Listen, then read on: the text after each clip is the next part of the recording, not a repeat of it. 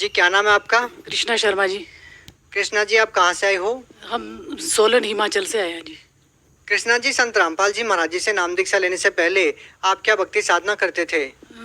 संत रामपाल जी महाराज से जुड़ने से पहले हम यहाँ हमारे हिमाचल में ज़्यादा देवी देवताओं की पूजा होती है। हम उनकी पूजा करते थे, शिव जी भगवान को ज़्यादा मानते थे। और हमारे घर के पास ही वहाँ काली का मंदिर है, हमने मंदिर भी बनवाया है और उस मंदिर में भी हम बहुत पूजा करते थे। क्या आपने कोई गुरु भी बनाया था? जी, गुरु भी बनाया था। यहाँ सोलन में एक मथुरा वृंदावन से आते थे सुखदेव स्वामी जी, हमने उनसे भी गुरु दीक्षा ली थी और वहाँ भी हम बहुत सेवा करते थे। कृष्णा जी, जैसे कि आपने बताया कि आप बचपन से ही धार्मिक प्रवृत्ति के रहे हैं, बहुत सारी पूजाएं आप करते थे, मंदिर भी आपने बनवाए हैं, तो इन सब चीज़ों के बावजूद आपने संत रामपाल जी महाराज जी से नाम दीक्षा ली, इसके पीछे क्या कारण है? इसके पीछे बहुत कारण है। हमारे घर में प्रेत बाधाएं भी बहुत थी और हमारे घर में मेरे हस्बैंड शराब बहुत पीते थे और शराब पी के बहुत नुकसान करते थे, पूरी पूरी रात सोने नहीं देते थे, बच्चों को भी तंग करते थे, हमारे को भी तंग करते थे। पूरे इलाके में उनका नाम था कि ये जब वो शराब पी के आते थे तो उनके पूरे इलाके में आवाज़ें लगा लगा के आते थे और बहुत गंद बकते थे और घर में आके आग लगाना, बर्तन नीचे फेंकना, तोड़ फोड़ करना, ऐसे हम सारी सारी रात बाहर रहते थे। हम घर में अंदर भी नहीं जा सकते थे जब वो शराब पी के आते थे। बहुत परेशान करते थे, आग भी लगा देते थे घर में। आपकी इतनी पूजाएं करने के बावजूद भी?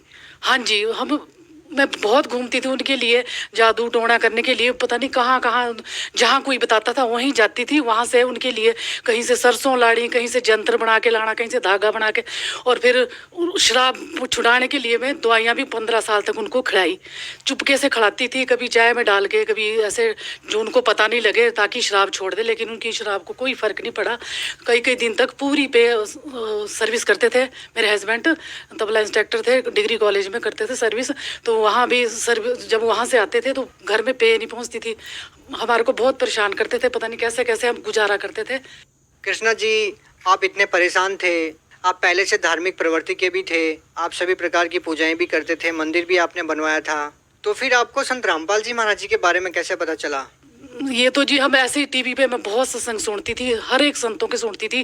दिन में 3 बजे से 6 बजे तक मैं सुनती थी और जो बोलते थे वैसा ही करती थी, पर लेकिन मेरे को कोई लाभ ही नहीं हो रहा था। फिर एक दिन ऐसे ही शाम के टाइम ऐसे टीवी लगाया था तो उसमें संत रामपाल जी महाराज का सत्संग आया, तो उसमें नीचे एक पट्टी जैसी चलती थी ना, उसमें नंबर थे। तो मेरे बेटे ने बोला, बड़े बेटे ने, राजीव ने, कहते मम्मी देखो ये संत है, ये गीता को देख के बता रहे हैं ज्ञान, इसलिए कहते आप यहाँ से आप अपना नंबर दो फ़ोन और मैं कहते इसमें SMS करके आपको किताब मंगवा देता हूँ। तो उसने मेरे नंबर से किताब मंगवाई। तो फिर वहाँ उसमें लिखते थे भी सारा कुछ निःशुल्क है, पर मैं बोलती थी भी हमारे पहले भी हमने गुरु बनाए हुए थे, वो भी ऐसा ही बोलते। वहाँ पे तो सारा कुछ हमने जब नाम दीक्षा ली थी तो हमारे से मंगवाया था कि ये परना लेना पड़ेगा, ये झोली लेनी पड़ेगी, ये लेना पड़ेगा, वो पता नहीं कितने सामान पहले मंगवाते थे, फिर गुरु दीक्षा देते थे। और गुरु मंत्र देने के लिए बहुत फॉर्मेलिटियाँ थी वहाँ पे, लेकिन वहाँ निःशुल्क बता रहे थे भी यहाँ सारा कुछ निःशुल्क है। तो मेरे ऐसे हो सकता है क्या?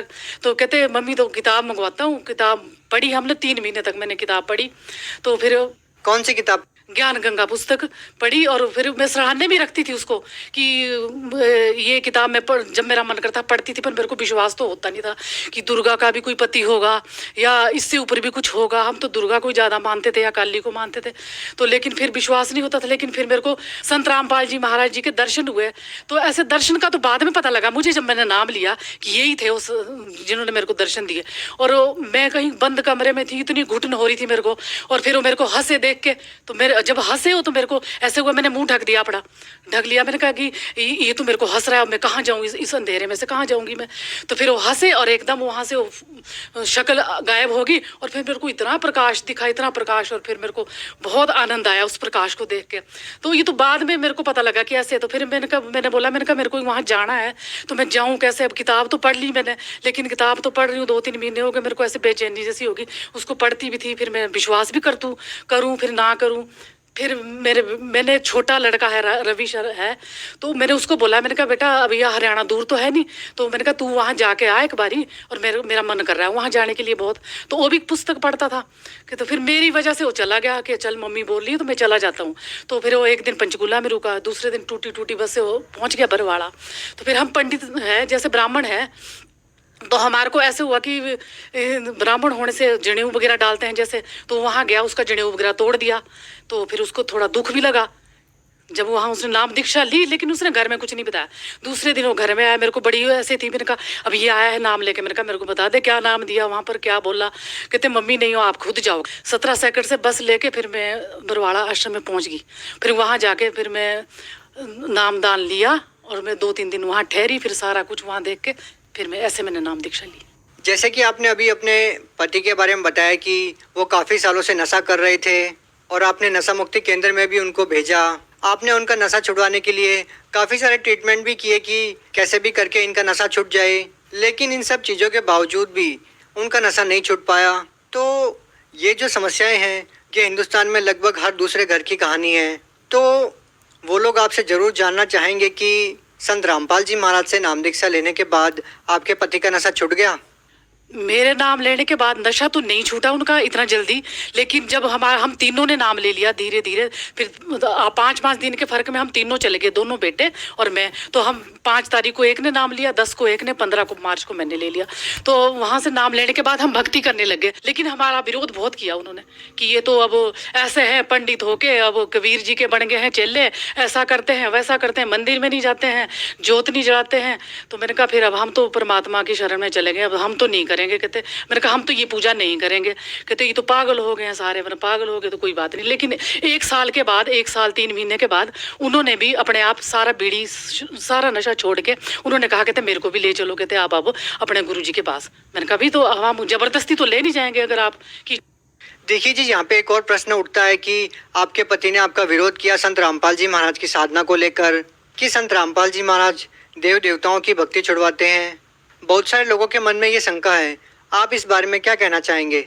हाँ जी, पहले तो हमें भी यही लगा था। जब मैं आश्रम में गई थी तो मेरे को जब नियम वहाँ बताया कि तीर्थ में नहीं जाना हो, मैं तीर्थों में बहुत जाती थी पहले। नहीं छुड़ाते हैं देवी देवता की, नहीं छुड़ाते। जब उन्होंने नाम दिया, कार्ड दिया हमारे को वहाँ से, तो उस कार्ड पे तो उन्हीं देवी देवताओं के नाम थे जो हम भी करते थे, जिनकी पूजा। फिर गुरु जी के सत्संग सुनने के बाद हमारे को पूरा विश्वास हो गया था कि नहीं ये छुड़ाते नहीं, ये तो साधना सही बताते हैं, शास्त्रों अनुसार शास्त्र बताते हैं। क्योंकि मैं खुद भी जंत्री वगैरह देखती थी, जैसे ब्राह्मण जाति से हूँ तो मैं सब कुछ पहले करती थी ये काम। सारे गांव वाले मेरे पास पूछने आते थे कब संग्रांद है, कब पूर्णमासी है, कब क्या है, ऐसे सारे त्योहारों के बारे में पूछने आते थे।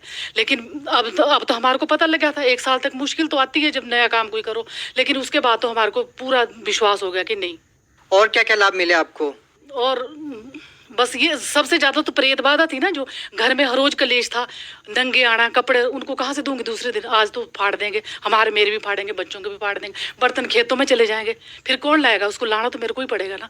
फिर उनको तो सारी सुख शांति होगी घर में, सारा कुछ बढ़िया हो गया। अब मोक्ष मार्ग मिल गया, सबसे बड़ी बात की मोक्ष मार्ग मिल गया ना। इसके लिए तो मैं चाहती थी, गीता भी पढ़ती थी मैं पहले, लेकिन वही बात है जो गुरु जी के तत्वदर्शी संत कहाँ खोजेंगे हम। इतने दुनिया में हजारों सैकड़ों है, अनगिनत है संत तो, लेकिन अब उस तत्वदर्शी की हमारे को कैसे पहचान होगी? तो लेकिन वो पहचान तभी हुई ना जब संत रामपाल जी महाराज जी ने हमारे को गीता खोल के दिखाई।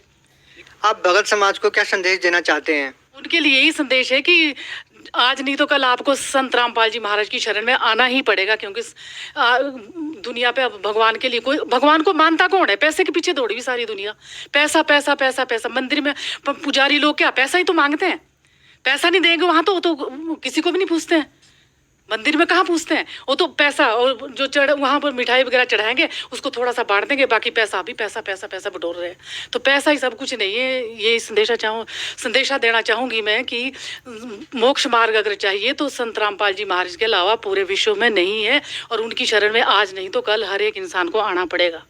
देखो जी, आप संत रामपाल जी महाराज से बहुत सालों से जुड़े हुए हैं, तो आज वो लोग संत रामपाल जी महाराज जी से नाम दीक्षा लेना चाहते हैं, तो वो लोग संत रामपाल जी महाराज जी से कैसे जुड़ सकते हैं? गुरुजी तो हर टाइम अपने भक्तों के साथ होते हैं, लेकिन साधना टीवी पे 6, 7, 13 चैनलों पे आजकल आज के डेट में आ रहा है सत्संग। रात को टाइम नहीं है, दिन में श्रद्धा पे आता है 2 से 3 तक, तो उसको सुन सकते हैं। उसको सुन के समझ के तभी आए। हम जबरदस्ती किसी को नहीं बोलते कि आप शरण लो, लेकिन पहले ज्ञान को समझो तभी नाम लो और अपना मोक्ष करो। आप संत रामपाल जी महाराज के ऊपर लगे आरोपों के बारे में क्या कहना चाहेंगे? संत रामपाल जी महाराज जी के ऊपर सारे आरोप झूठे हैं। मेरे भी 2 बेटे संत रामपाल जी महाराज जी के साथ जेल में थे, फिर घर आ गए थे। अब एक और 200 430 में उनके ऊपर हत्याओं का मामला लगाया।